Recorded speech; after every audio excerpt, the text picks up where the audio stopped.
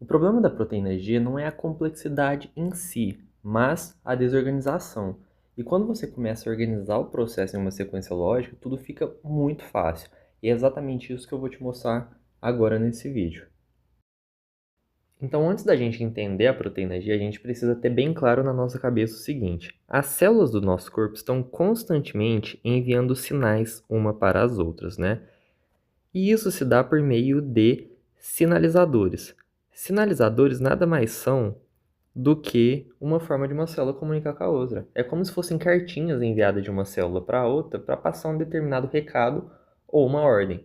Às vezes, por exemplo, essa célula número 1 quer falar para essa célula número 2 o seguinte: célula número 2, aqui eu estou percebendo que está tendo um aumento de um determinado substrato, então começa a produzir aí mais determinada enzima para a gente conseguir aguentar essa demanda. E aí, isso é feito por meio dos sinalizadores, a comunicação celular. Esses sinalizadores, quando a gente está falando dos químicos, nós temos os neurotransmissores, que são essas substâncias químicas liberadas entre neurônios, e também os hormônios. Os hormônios nada mais são do que sinalizadores químicos que são liberados na corrente sanguínea que vão percorrer em busca de receptores. Esses hormônios, eles vão passar por diversos tecidos, só que muitas das vezes eles não vão encontrar receptores. E quando eles não encontrarem receptores, eles não vão passar o recado para essas células. Eles só vão passar o recado para aquelas células que possuírem um receptor específico para determinado tipo de hormônio, né, desencadeando uma resposta. Quando esse hormônio, quando essa substância química encontra com o seu receptor, a gente agora precisa achar uma forma fácil, uma forma eficaz de transformar essa ligação em uma resposta celular. Ou seja, pegar essa ligação entre o receptor e o ligante e mandar esse sinal para dentro da célula. E é justamente aí que entra a proteína G. Ela vai ser a responsável por esse fenômeno, que é chamado de transdução de sinal. Então é agora que a gente começa a falar do assunto propriamente dito. Primeiro de tudo, sabe aquele receptor que a gente falou agora há pouco? No caso da proteína G, ele é o chamado GPCR, né? Receptor acoplado à proteína G. Esse receptor, ele vai captar o sinal externo, por exemplo, por meio de um hormônio que vem e se liga nesse receptor, e assim que ele liga nesse receptor, ele manda um sinal para ativar essa proteína G, que vai levar essa mensagem para o interior da célula, ativando proteínas efetoras. Essas proteínas efetoras, como o nome já diz, são proteínas que vão ser a resposta. Pode ser, por exemplo, a abertura de um canal, que o canal é feito de proteína, né? Então, um canal se abrindo é uma proteína efetora. Uma outra proteína efetora pode ser, por exemplo, alguma enzima que vai ser ativada, dentre diversos outros exemplos que nós veremos melhor mais para frente. E a gente precisa pontuar uma coisa importante sobre esse GPCR, que ele atravessa a membrana plasmática, ele passa de um lado para o outro pela membrana plasmática. Ele vai costurando essa membrana, passando 7 vezes por ela, ou seja, é como se fosse uma serpentina mesmo. Ele tem esse aspecto parecido com o de uma serpentina, aquela que protege a nossa casa, né? Então é importante ressaltar isso. E juntos, esses dois, como eu escrevi aqui embaixo, transformam um sinal químico que está vindo do lado de fora da célula em uma ação celular. Outra coisa importante de falar agora é que a proteína G ela é como se fosse 3 pecinhas de Lego. 3 pecinhas de Lego que estão unidas uma à outra. A gente tem uma pecinha chamada alfa, outra pecinha chamada beta e outra pecinha chamada gama, que nós já vamos ver melhor como cada uma delas vai funcionar. Então, agora a gente precisa enxergar esses componentes de maneira integrada, né? E primeiro de tudo que eu preciso falar para vocês é que aqui que costuma gerar mais dúvida, então preste bastante atenção, depois vocês anotam e, se necessário, voltem o vídeo quantas vezes for necessário. Então, primeiro de tudo, nós temos o GPCR, o receptor acoplado à proteína G, que está conectado à proteína G, como o nome já diz. Assim que esse receptor é ativado, ele, consequentemente, por estar próximo à proteína G, vai ativá-lo. Aqui vai entrar uma molécula nova, uma molécula que fica ligada à subunidade alfa, que é o chamado GDP, que é a abreviação de guanosina difosfato. Guanosina se refere a uma base nitrogenada chamada guanina, né? Um nucleotídeo. E esse nucleotídeo está associado a 2 fosfatos. Fosfatos nada mais são do que como se fossem pequenas moléculas que dão energia, né? Que armazenam energia. Então, quanto mais fosfatos associados, mais energia vamos ter. Nós temos basicamente o GDP, que é justamente esse aqui que nós estamos vendo, que é difosfato, ou seja, tem 2 fosfatos, e nós temos o GTP. Esse T se refere a tri, ou seja, guanosina trifosfato. Ele tem uma molécula de fosfato a mais. Então você consegue perceber que o GTP ele carrega mais energia que o GDP? Então nós podemos pensar numa analogia o seguinte, que o GDP é como se fosse uma pilha que está descarregada, enquanto o GTP, como ele possui mais dessa molécula que guarda energia, ele é uma pilha que está carregada. E com isso claro na nossa mente, agora a gente consegue compreender o processo de ativação da proteína G. Então tá, a gente tem um ligante, esse ligante vem, ele encaixa no seu sítio de ligação no seu receptor, e assim que ele ativa o receptor, o que esse receptor vai fazer? Vai pegar aquele GDP, que é aquela pilha que estava descarregada, que estava ligada à proteína G, ou seja, se você tinha uma pilha que estava descarregada e ligada à proteína G, a proteína G estava inativa, correto? Então, assim que o receptor se liga ao seu ligante, ele vai tirar essa pilha que estava descarregada e vai permitir que a pilha carregada se ligue a essa subunidade alfa. E assim que a pilha carregada se liga à subunidade alfa, vai ativar a proteína G. E quando a proteína G é ativada, vai acontecer uma coisa muito interessante. A subunidade alfa, ela vai se soltar, né? Aquela pecinha de Lego que a gente disse, a pecinha de Lego alfa vai se soltar da subunidade gama e beta. Essa subunidade gama e beta, elas permanecem juntinhas, que é o chamado complexo beta-gama. E aí, essa subunidade alfa, ela vai sair sozinha, né? Ela se desprendeu do complexo beta-gama e ela vai em direção a proteínas efetoras, ou seja, proteínas que vão fazer alguma coisa. Essas proteínas podem ser, por exemplo, proteínas quinases que vão fazer fosforilação, né?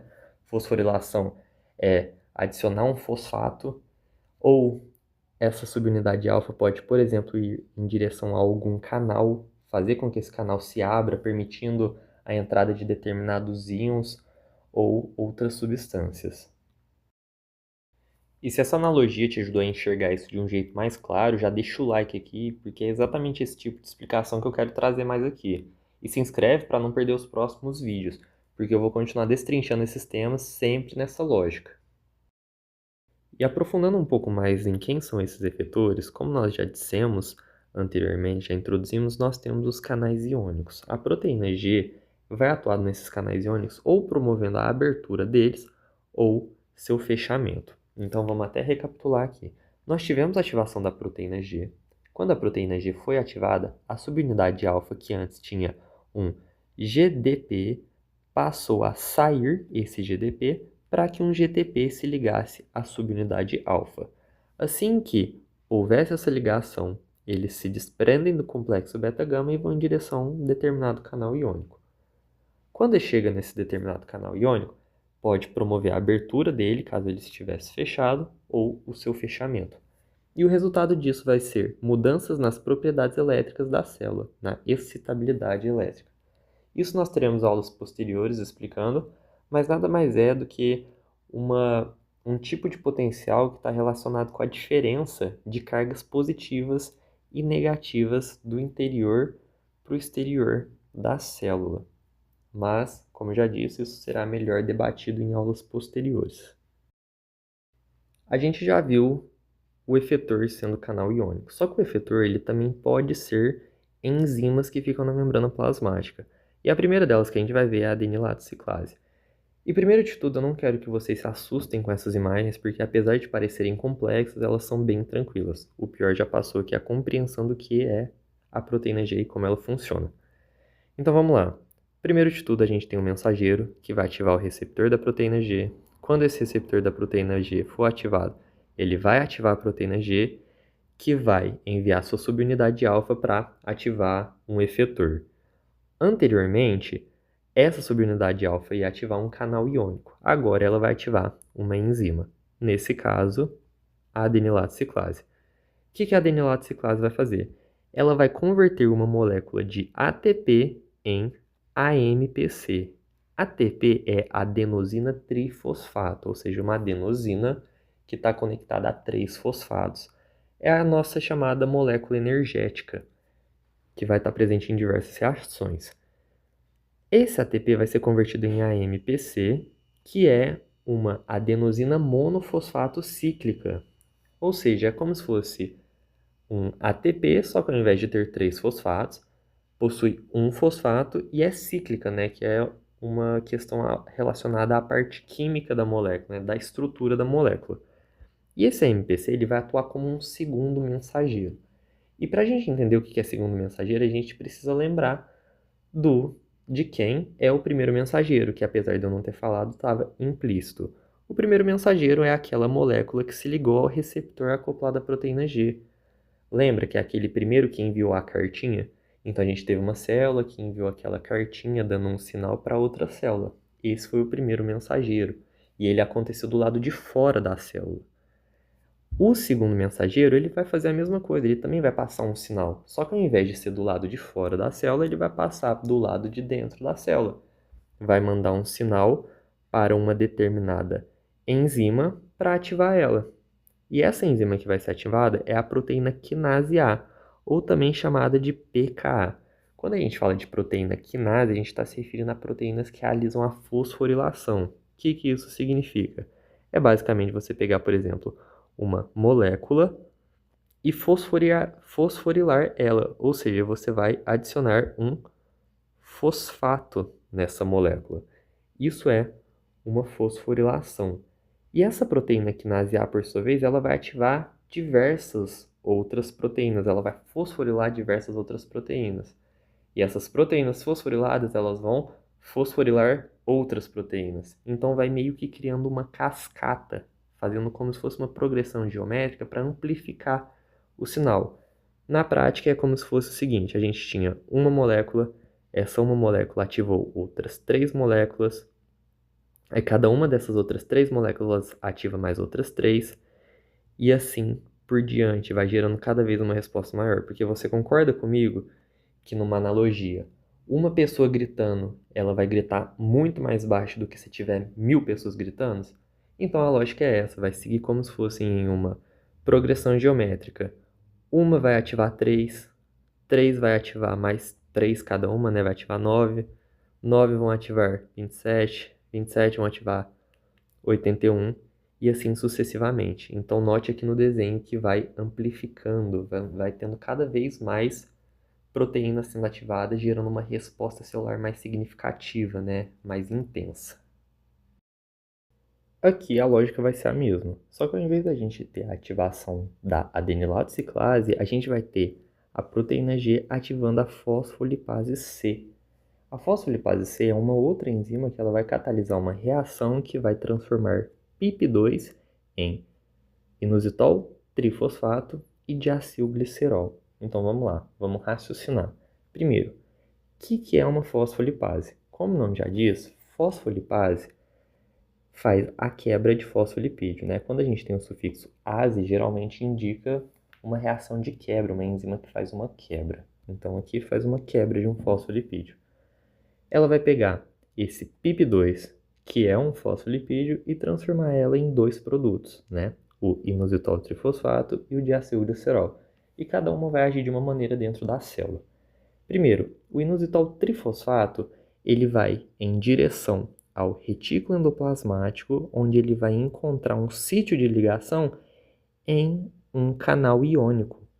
E quando esse inositol trifosfato se liga nesse canal iônico, esse canal iônico se abre e permite com que cálcio que fica concentrado dentro do retículo endoplasmático saia para o citosol. Ou seja, esse IP3 vai abrir um canal dependente de ligante. E assim que esse cálcio sai, ele vai fazer diversas coisas, né, que serão vistas em outras aulas posteriores com mais detalhe. Mas uma delas é, por exemplo, a contração e também secreção de algumas substâncias. Também pode se ligar, por exemplo, a calmodulina, gerar diversas reações. Agora, aquele diacilglicerol que foi formado também, ele vai seguir um outro caminho. Ele vai ativar uma proteína quinase C, que também pode ser chamada de PKC, que, como o nome já diz, é uma proteína que realiza fosforilação. Ela vai gerar diversas fosforilações dentro da célula, culminando numa resposta celular. Então, agora, só para amarrar tudo que foi dito e fazer uma breve revisãozinha, vamos passar por cada um desses pontos. Primeiro, AMP cíclico foi formado a partir de ATP pela enzima adenilato ciclase e ela serve como um segundo mensageiro que vai amplificar a resposta. Nós também temos o inositol trifosfato e o diacilglicerol, que são produtos da ação da fosfolipase C, que quebrou o PIP2 nessas duas moléculas. Esse IP3 ele serve abrindo as portas de cálcio lá no retículo endoplasmático, permitindo que o cálcio chegue no citosol, enquanto o diacilglicerol ativou a quinase C, a proteína quinase C, que fosforilou diversas outras proteínas. Além disso, nós temos o cálcio. O cálcio entrando dentro da célula, o aumento da concentração de cálcio dentro da célula, é um gatilho universal para a contração e a secreção, ou seja, quando o cálcio entra, vai permitir que diversas reações e proteínas aconteçam e sejam ativadas, no caso. E para finalizar a aula, a gente precisa entender que a gente tem basicamente três tipos de proteína G. A gente tem a proteína GS, GI e GQ. A GS, o macetinho é pensar em S de estimular. Claro que não é assim que escreve, mas é só para ficar fácil de decorar. O I de inibir. E o Q é a outra que sobrou. Então, a GS e a GI, elas atuam na adenilato ciclase, enquanto a GQ atua na fosfolipase C. Como que isso vai funcionar? A GS, quando ela é ativada, ou seja, a gente teve o ligante ativando o receptor acoplado à proteína GS, a subunidade alfa ela vai em direção a adenilato ciclase e vai estimular ela a funcionar, ou seja, vai chegar lá e falar assim, ó, produz mais aí que tá legal. Então vai aumentar a produção de AMP cíclico, vai ativar mais proteínas quinase A e consequentemente vai aumentar a fosforilação e a resposta. Ou seja, a adenilato ciclase vai funcionar com mais eficiência. Agora, a proteína GI, ela vai ser inibitória, como o nome já diz. Ela vai atuar como um freio. Ou seja, a gente vai ter a proteína G indo em direção à adenilato ciclase, só que ao invés de estimular ela a produzir mais AMP cíclico, ela vai inibir. Vai falar, ó, adenilato ciclase, para aí de produzir, já está tranquilo, então diminui a quantidade que você está produzindo. Então vai diminuir a quantidade de AMP cíclico, vai diminuir a quantidade de proteínas quinase A sendo ativadas e, consequentemente, vai ter menos fosforilação e isso vai fazer com que haja a diminuição de respostas excessivas. E a GQ, ela é a que sobrou, ela é aquela proteína G que, quando for ativada, vai em direção até a fosfolipase C para falar para a fosfolipase C, ó, começa a trabalhar aí. Só isso, não tem segredo. E aqui a gente tem um quadro representando tudo isso que a gente falou para você bater um print e poder estudar na hora da prova. Proteína GS estimulatória vai estimular a adenilato ciclase, que vai aumentar a produção de AMP cíclico, que consequentemente vai ativar mais PKAs, né, ou seja, proteínas quinase A, que vai aumentar a fosforilação. A GI vai fazer o oposto, vai inibir a adenilato ciclase, diminuir a quantidade de AMP cíclico e vai inibir a proteína quinase A, diminuindo a fosforilação e a resposta. E por último, nós temos a GQ, que vai ativar a fosfolipase C. Se vai ativar a fosfolipase C, vai ter um aumento na quantidade de inositol trifosfato e de diacilglicerol, e o aumento dessas moléculas vai fazer com que haja maior liberação de cálcio e também ativação da proteína quinase C, levando a um aumento da resposta celular. E se você quer parar de decorar e começar a realmente raciocinar esses conteúdos, esse canal é para você. Então já deixa o like e se inscreve, porque a ideia aqui é justamente essa, te fazer entender de um jeito que você não esqueça nunca mais e passe em todas as provas e também leve o conteúdo para o resto da sua vida, sem ter que ficar revisando com tanta frequência. Então é isso, até a próxima.